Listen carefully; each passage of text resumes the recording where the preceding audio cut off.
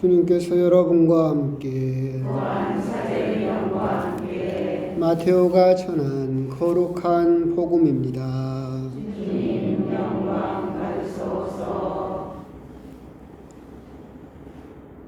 그때 예수님께서 수석 사제들과 백성의 원로들에게 말씀하셨다. 다른 비유를 들어보아라. 어떤 밭 임자가 포도밭을 일구어 울타리를 둘러치고 포도학을 파고 탑을 세웠다. 그리고 소작인들에게 내주고 멀리 떠나갔다. 포도철이 가까워지자 그는 자기 몫의 소출을 받아오라고 소작인들에게 종들을 보냈다. 그런데 소작인들은 그들을 붙잡아 하나는 매질하고 하나는 죽이고 하나는 돌을 던져 죽이기까지 하였다. 주인이 다시 처음보다 더 많은 종을 보냈지만 소작인들은 그들에게도 같은 짓을 하였다.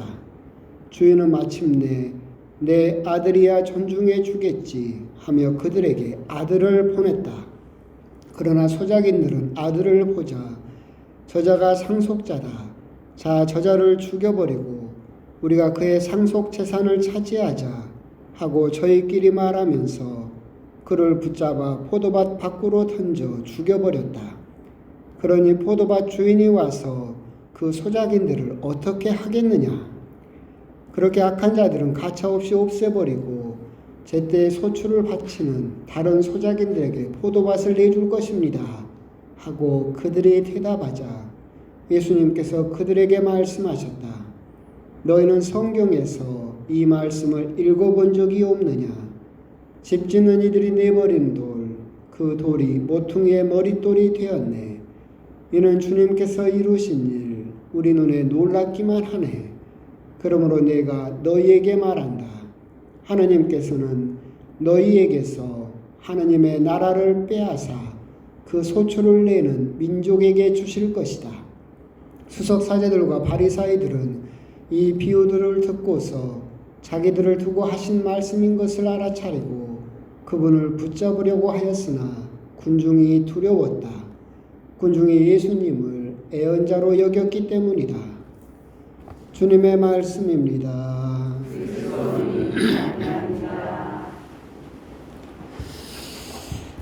사무엘서는 또 갑자기 추워졌습니다.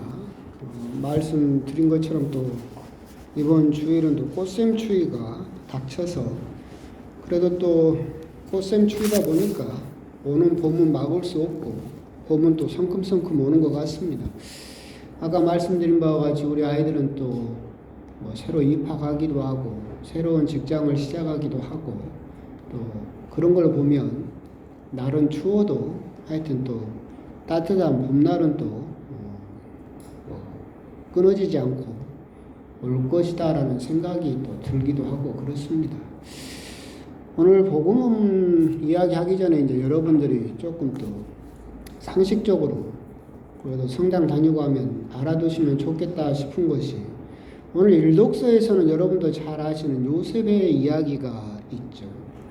그러니까 야곱의 아들들 부인이 4명이었었고 거기서 난 12명의 아들들이 이스라엘 12지파를 형성을 합니다. 그러죠? 그럼 오늘 일독서에 나왔던 요셉도 라헬이라는 가장 사랑했던 여인에게서 태어난 요셉과 베냐민 두 아들이 태어나서 야곱이 극진히 사랑했다라고 했는데 여러분들이 성경을 보다 보면 요셉 지파라는 말을 읽으신 적이 있나요? 구약에서? 없죠. 요셉은 분명히 야곱에게 그렇게 사랑받는 아들이었는데 12지파를 언급을 할 때 요셉 지파라는 이야기는 여러분들이 몰라요? 읽어본 적이 없어요? 구약성경 보면 요셉 지파라는 이름은 등장하지 않습니다. 왜 그러느냐라고 한다면 신명기라든가 이렇게 뒷부분에 가면 이제 창세기 끝에 요셉에게 아들이 2명이 있었어요.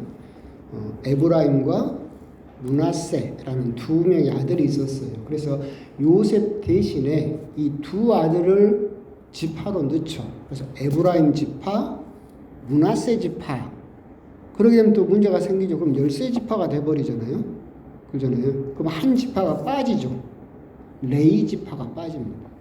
그러니까 여러분들이 구약 성경을 보시다 보면 레위 지파는 이제 거의 지파로서의 인구수라든가 이게 굉장히 줄어서 없고, 그래서 이제 성전이라든가 전례라든가 제의만 담당하도록 그렇게 바뀌었고, 그렇게 힘을 잃은 레위 지파 대신에 그 당시 이제 가장 강했던 요셉 지파를 에브라임 지파와 아들들에 따라서 므낫세 지파로 나눠서 그렇게 12지파를 맞추어 내죠. 그래서 구약 성경에서 11조가 나오게 된 이유도 지파로서의 이제 지위를 잃어버린 레위 지파는 먹고 살 수가 없죠. 땅도 없고 그러니까. 그래서 다른 지파들이 11조를 내서 레위 지파를 먹여 살리면서 11조가 등장하게 되고, 그래서 이제 여러분들이 이제 구약 성경을 좀 관심 있게 보시면, 아니 요셉도 야곱의 사랑받는 그런 아주 중요한 인물이고 아들인데 구약 성경에서 요셉 지파란 말을 읽어본 적이 없다라고 혹시나 궁금하실 분이 계셔서, 그것은 에브라임과 므낫세 지파로 나눴고 레위 지파가 탈락하게 된다. 근데 여기서 조금 더 관심이 있으시면 요한 묵시록에서 또 12지파는 변경됩니다. 12지파 이제 요한 신약 마지막 편에 가면 거기 가면 또 요셉 지파란 이름이 등장합니다. 그리고 레위 지파도 등장하고, 그러면서 이제 탈락하는 지파가 또 있어요. 단 지파가 탈락하는데 왜 단 지파가 탈락했느냐 하면 머리 복잡해지니까 그것까지 알 필요 없고, 그냥 구약 성경에서 그렇게 12지파가 그냥 딱 그 12명으로 고정된 게 아니라 요셉이 에브라임과 므낫세를 오고 레위 지파가 12지파에서 탈락해서 그렇게 12지파가 되었다. 이 정도만 알면 여러분들이 구약 성경을 대단히 잘하는 사람 척을 할 수 있어요. 구약 성경을 공부해 본 사람 티를 낼 수 있으니까 그 정도는 알고 계시면 좋겠습니다. 오늘 복음은 이제 여러분도 아시는 그 포도밭 비유입니다. 이 비유는 예수님께서 구약 성경에서부터 이어져 오는 구세사를 요약하신 거죠. 바리사이와 율법학자들은 대번에 이 비유가 자기들을 이야기하고 있다는 것을 대번에 알아챕니다. 그것은 이미 이사야 예언서라든가 에레미야나 에제키엘 예언서에서 이미 이스라엘 백성을 포도밭으로 하느님께서 끊임없이 비유를 하셨어요. 그래서 이사야 예언서만 하더라도 하느님께서 뭐라고 이사야를 통해서 말씀을 하시느냐면, 나는 좋은 포도나무를 가져다가 심었다.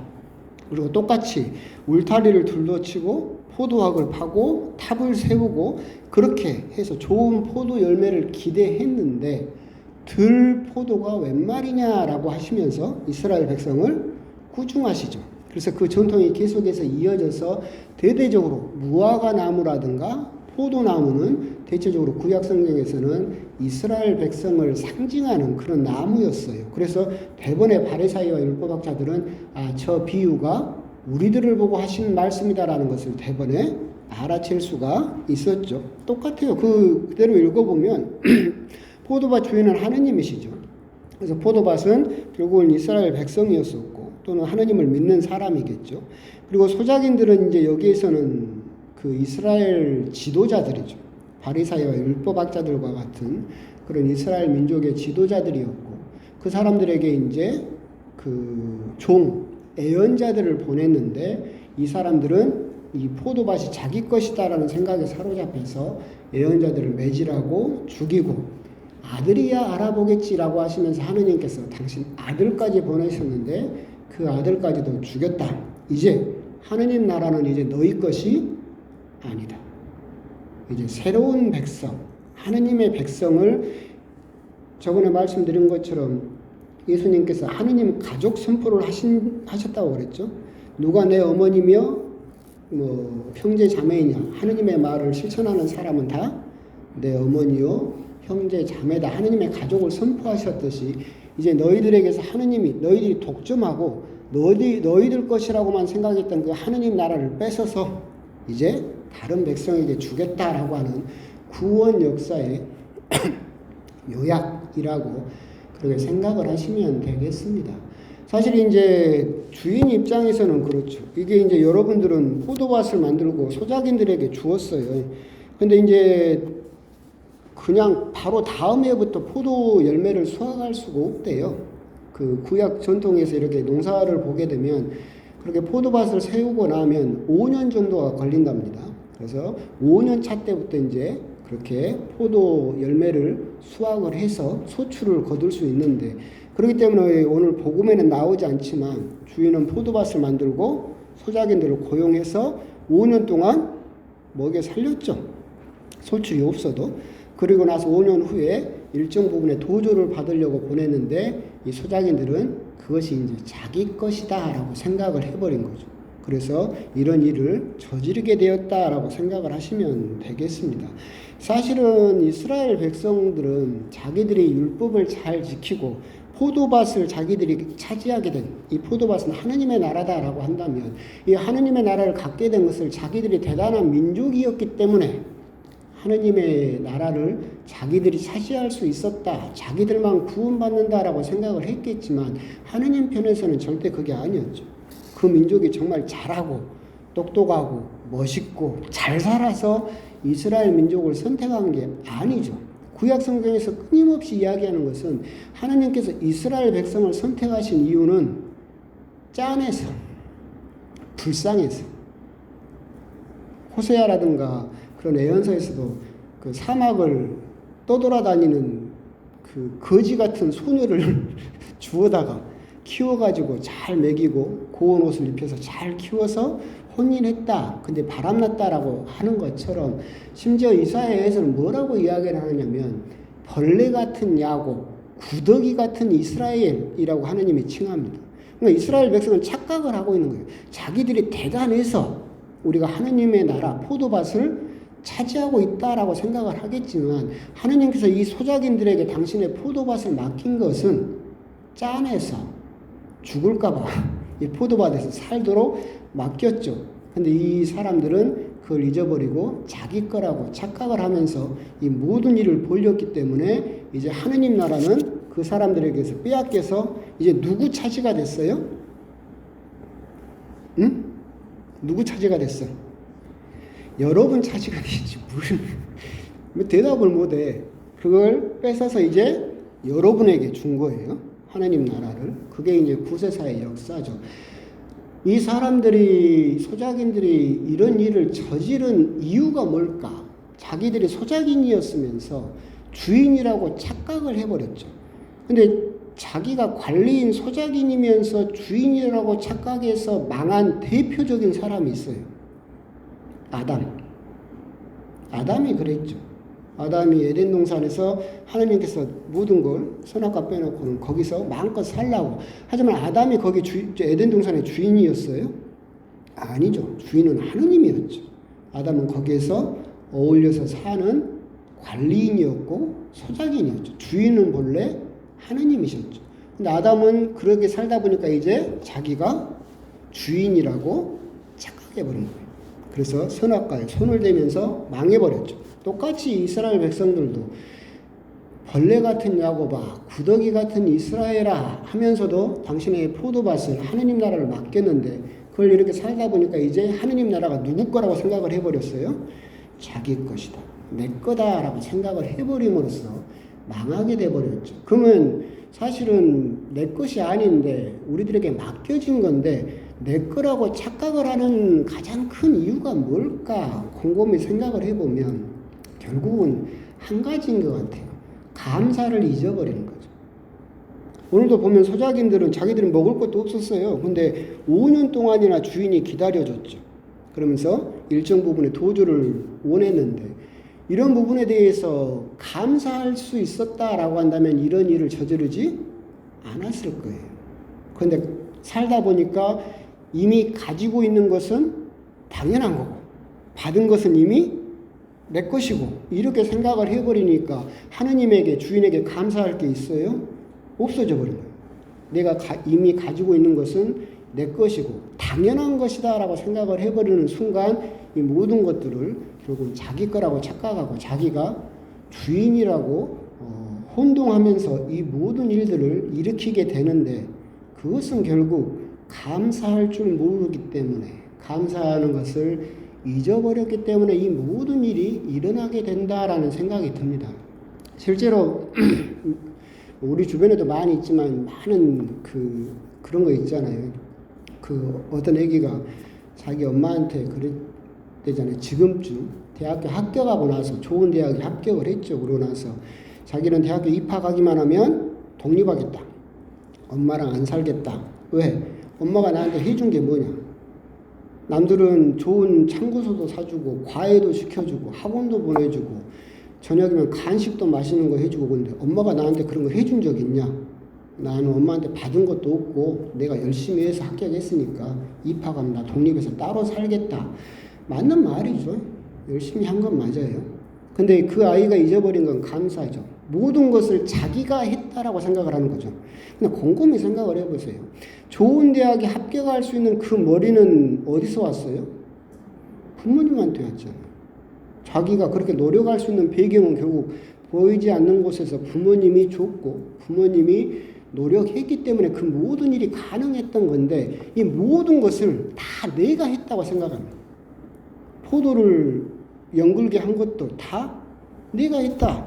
그러니까 내가 노력해서 된 것이니까 내 것이다. 그럼 감사할 것도 없고 그렇기 때문에 그 모든 일들이 일어나 버릴 수밖에 없다. 결국 오늘 복음을 보면서 사실 우리가 생각해 볼 거 감사라고 했을 때 그렇다면 우리가 감사할 게 뭐가 있습니까? 생각을 하면 여러분들이 공짜로 받은 것을 곰곰이 생각해 보면 돼요. 봐봐요. 사실은 공짜로 받은 것이 굉장히 중요하죠. 태양, 공기, 물 그런 것들은 다 공짜로 받았어요. 근데 우리들은 그걸 너무나 당연하게 생각을 하죠. 그것부터도 감사하지 않죠. 그러니까 우리들은 감사를 잃어버리는 순간 똑같은 죄를 지을 수 있다. 옛날에 어떤 신부님 강론에서 그런 이야기를 하시더라고요. 당신이 이제 그 성지 담당 신부님이었는데 어떤 젊은 부부가 와서 8년 동안 계속 매주 미사를 왔대요. 그러면 기도하는 내용은 하나, 아이를 갖고 싶다. 근데 8년 동안 아이가 안 생겼어요. 그래서 8년 동안 그렇게 성지를 달리면서 계속 기도를 했고 8년 만에 이제 아이가 생겼어요. 그래서 아이 이름도 은총이라고 지었대. 그럼 얼마나 기뻐요. 근데 이제 이 신부님의 말하기를 초등학교 입학하니까 한 달에 한 번이나 오더래. 중학교 입학하니까 한 석 달에 한 번 오더래. 이 은총이가 고등학교 입학하니까 학원 가야 되고 바빠. 그래서 1년에 한 번이나 오더래. 그러면서 그 뒤로는 얼굴을 못 봤대요. 그것도 똑같은 거죠. 그 아이를 갖기 전에는 얼마나 바랬고 감사할 일이었어요. 근데 이게 점점 이 아이가 너무나 당연시 되니까 감사를 잊어버리는 거죠. 그런 것처럼 우리 역시도 똑같이 그렇다. 우리도 곰곰이 생각을 해보면 우리 생명, 우리 시간, 하느님께서 우리들에게 공짜로 주신 것이 얼마나 많은가. 그걸 너무나 당연시하게 사용하면서 감사를 모른다. 감사를 잊어버리게 된다라고 한다면 오늘 소작인들과 같은 일을 벌일 수 있다. 이런 부분에서 또 한번 곰곰이 생각해야 될 것은 저는 이런 부분도 있다고 생각을 해요. 뭐냐면 하느님께서 우리들에게 맡겨주신 포도밭이 하느님 나라뿐만이 아니라 또 하나가 더 있다라고 생각을 하는데 지금의 지구죠. 그죠? 환경오염을 곰곰이 생각을 해보면 이 지구도 원래 우리 거예요? 아니죠. 우리가 뭐 지구를 어디 가서 내 거라고 사온 것도 아니죠. 하느님께서 우리들에게 맡겨주신 포도밭이죠. 근데 우리 인간들은 이 지구의 주인이라고 생각을 하죠. 그래서 마음껏 쥐어짜서 써버렸죠. 그러니까 하느님께서 도주를 내라라고 종들을 보낼 때마다 우리들은 뒤지게 뚜뚜루 패서 돌려보냈어요. 그래가지고 도주를 안 냈어요. 그랬더니 어떻게 됐어요? 곧 망하게 생겼어요. 그건 역시도 똑같다. 결국 모든 부분에서 우리가 생각을 할 때 그러면서 또 우리들이 생각해야 될 것은 그렇게 이스라엘 백성에게서 하느님의 나라를 뺏었어요. 하고 여러분에게 줬어요. 그럼 여러분은 도조를 잘 내고 있어요? 그건 또 물어봐야지. 나는 도조를 잘 내고 있는, 감사하면서 하느님께 내 생명이나 내 시간이나 이런 것들 공짜로 받은 것을 돌려드리는 그런 도조를 잘 내고 있는 소작인인가 그런 부분, 감사할 줄 아는 사람인가 그런 부분에 대해서 오늘 복음을 통해서 한번 곰곰이 묵상을 해 보셨으면 좋겠습니다. 아멘.